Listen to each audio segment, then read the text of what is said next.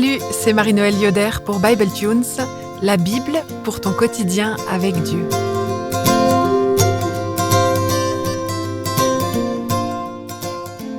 Le texte pour aujourd'hui se trouve dans la lettre aux Philippiens, Philippiens 3, les versets 4 à 6, et je les lis dans la traduction Nouvelle Français Courant. Pourtant, je pourrais aussi me réclamer de tels privilèges. J'aurais plus de raisons de le faire que qui que ce soit d'autre. J'ai été circoncis le 8e jour après ma naissance. Je suis israélite de naissance, de la tribu de Benjamin, hébreu, descendant d'Hébreux. Pour l'obéissance à la loi, j'étais pharisien. J'étais tellement passionné que je persécutais l'Église. Et pour mener une vie conforme à sa volonté, prescrite par la loi, j'étais devenu irréprochable. Dans ce texte, il est question d'identité chrétienne. Au fond du fond, de quoi est-ce qu'il s'agit ? Si on gratte toutes les couches de vernis de notre identité chrétienne, quelles sont les racines profondes ? De quoi est-ce que notre statut d'enfant de Dieu dépend ? Des questions bien fondamentales. L'apôtre Paul avait un sacré pédigré.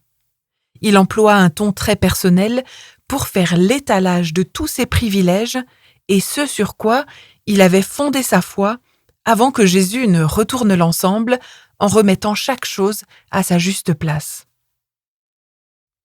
Est-ce que tu te souviens du contexte dans lequel il écrit ces mots ? Il y a des personnes qui insistent sur le fait que les nouveaux convertis au Christ doivent être circoncis. Sa manière de faire à l'apôtre Paul ici est vraiment intéressante. Il n'affronte pas ces personnes en leur faisant la morale, en s'opposant à eux de manière frontale, et pourtant il n'est pas du tout d'accord avec eux. À la place, Paul raconte son histoire à lui, et il déroule son pédigré pour leur montrer qu'il les comprend, qu'il vient du même monde, qu'il a lui-même passé sa vie à observer la loi. Il leur dit qu'il les comprend. Mais ça, c'était avant sa rencontre avec Jésus. Au verset 3, qui est juste avant le texte du jour, Paul avait rappelé aux Philippiens que les chrétiens mettent leur fierté en Jésus-Christ et qu'ils ne fondent pas leur confiance sur des privilèges humains. Ce n'est pas l'appartenance à un peuple ethnique ou l'observation des pratiques du judaïsme qui fonde son appartenance à Dieu aujourd'hui. Il ne s'agit pas pour Paul de nier tous ses privilèges, sa naissance ou sa qualité de chrétien d'origine juive, mais bien de remettre chaque chose à sa juste place. Les privilèges humains ne sont pas mauvais en soi, et Paul ne renie pas son histoire, mais il s'agit de ne pas tout confondre. C'est très clair pour Paul. D'un côté, il y a les privilèges humains, et de l'autre, il y a Jésus et la rencontre avec lui.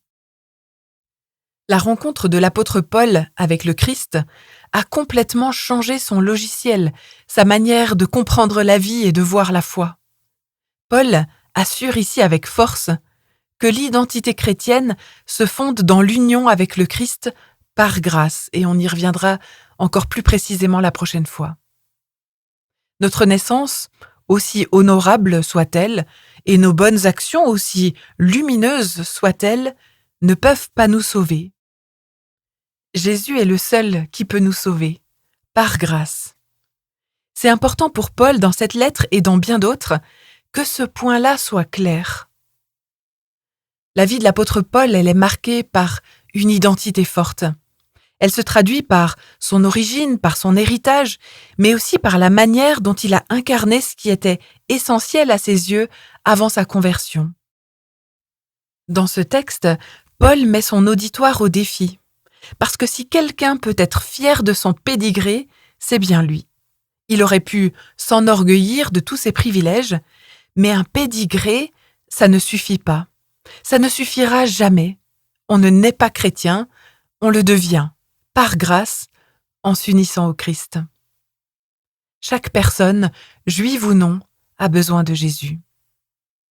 Dans le texte d'aujourd'hui, Paul retrace son parcours de juif 100% cachère.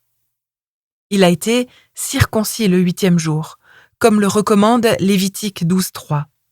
Dès sa naissance, Paul est inscrit dans une histoire, dans l'histoire d'un peuple qui cherche à respecter l'alliance avec Dieu. Il est hébreu, descendant d'Hébreux. Il est non seulement israélite, mais en plus il est issu de la tribu de Benjamin, la tribu descendante du plus jeune fils de Jacob. Pour un petit classement, la tribu de Benjamin est dans le top 3 des tribus d'Israël. C'est la tribu de Saül, qui est restée fidèle au roi David et qui est revenu d'exil. L'histoire, telle qu'on la raconte, elle est évidemment sélective, mais le fait que Paul mentionne la tribu de laquelle il descend montre à quel point c'était cool de descendre de cette branche. Dans cette énumération, Paul ne se satisfait pas de souligner le prestige de sa naissance. Il poursuit en soulignant aussi le genre de personne qu'il est devenu et la manière dont il a incarné les valeurs de son groupe. Pour l'obéissance à la loi, il était pharisien. Les pharisiens sont un groupe bien connu dans les évangiles. Ils faisaient partie de ces gens qui se lèvent le matin avec une seule chose en tête, observer la loi et le faire du mieux possible. Paul est non seulement un pharisien, mais en plus, il fait partie de l'élite des pharisiens puisqu'il avait étudié à Jérusalem auprès de Gamaliel, le plus grand maître de l'époque.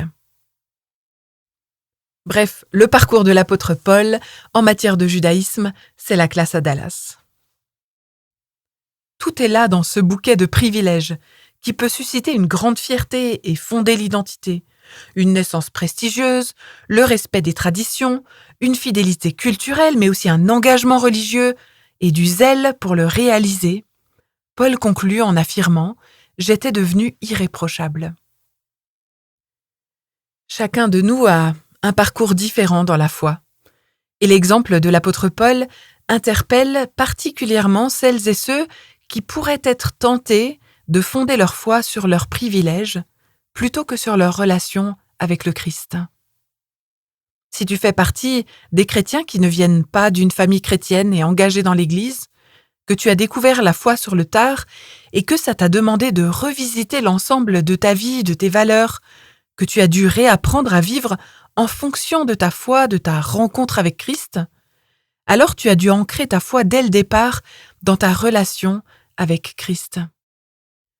Si tu es dans cette situation, peut-être que ce n'est pas toujours simple pour toi quand tu es entouré de chrétiennes et de chrétiens qui sont tombés dans la marmite en étant petits.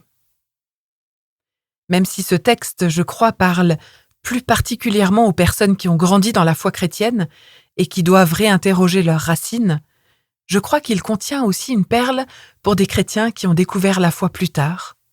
Parce que ce qui peut sembler être un désavantage peut aussi s'avérer être un avantage immense et une valeur ajoutée pour la vie de foi. Peut-être aussi que ton parcours est tout autre, que comme moi, tu es né entre 2 pages de Bible avec un certain nombre de privilèges. Ma propre histoire ressemble davantage à celle de l'apôtre Paul. Je suis né dans une famille chrétienne, mon père était pasteur, enseignant et docteur en théologie. Dans la famille de ma mère, l'engagement dans l'Église et pour le Seigneur allait de soi, et il y a de nombreuses générations de pasteurs parmi mes ancêtres. J'ai demandé le baptême à 18 ans, et au fil des années, j'ai développé une passion pour Dieu, pour son projet. J'ai étudié la Bible, j'ai commencé à l'enseigner tout en essayant de vivre en cohérence avec ce que je crois et ce que je comprends de la volonté de Dieu. Tout ça, c'est une vraie place de privilège. Et toi alors, entre ces 2 groupes, à quoi ressemble ton histoire ? Est-ce qu'il y a des choses dont tu es particulièrement fier dans ton histoire ou dans ton propre parcours ? Un nom, peut-être, que tu portes fièrement ? Des valeurs qui ont été transmises et que tu essayes d'incarner avec passion et zèle ? L'apôtre Paul était passionné et zélé pour le projet de Dieu. Et pourtant, il passait à côté de l'essentiel avant que le Christ ne l'arrête et lui demande « Saul, Saul, pourquoi me persécutes-tu » Tous les parcours, ceux des personnes qui découvrent la foi et ceux qui ont grandi avec des parents chrétiens se retrouvent au même endroit, au pied du Christ. Et c'est le seul endroit qui compte, c'est le seul endroit qui peut fonder l'identité chrétienne. On pourrait penser que celles et ceux qui auraient de quoi placer leur confiance dans leur pédigré ont beaucoup à apprendre aux personnes qui découvrent la foi. Et pourtant, les personnes qui n'ont que leur relation au Christ ont beaucoup à apprendre aux autres, à celles qui sont tombées dedans en étant petits, sur ce qu'est véritablement l'essentiel. Ce que l'on croit parfois être des points en plus peut dangereusement faire passer à côté de ce qu'il y a de plus précieux, l'union au Christ par grâce. Chacun de nous a besoin de Jésus pour se tenir devant Dieu. Merci à Paul de nous rappeler cela. Merci de m'avoir écouté sur Bible Tunes et au plaisir de poursuivre ce parcours avec toi dans un autre épisode.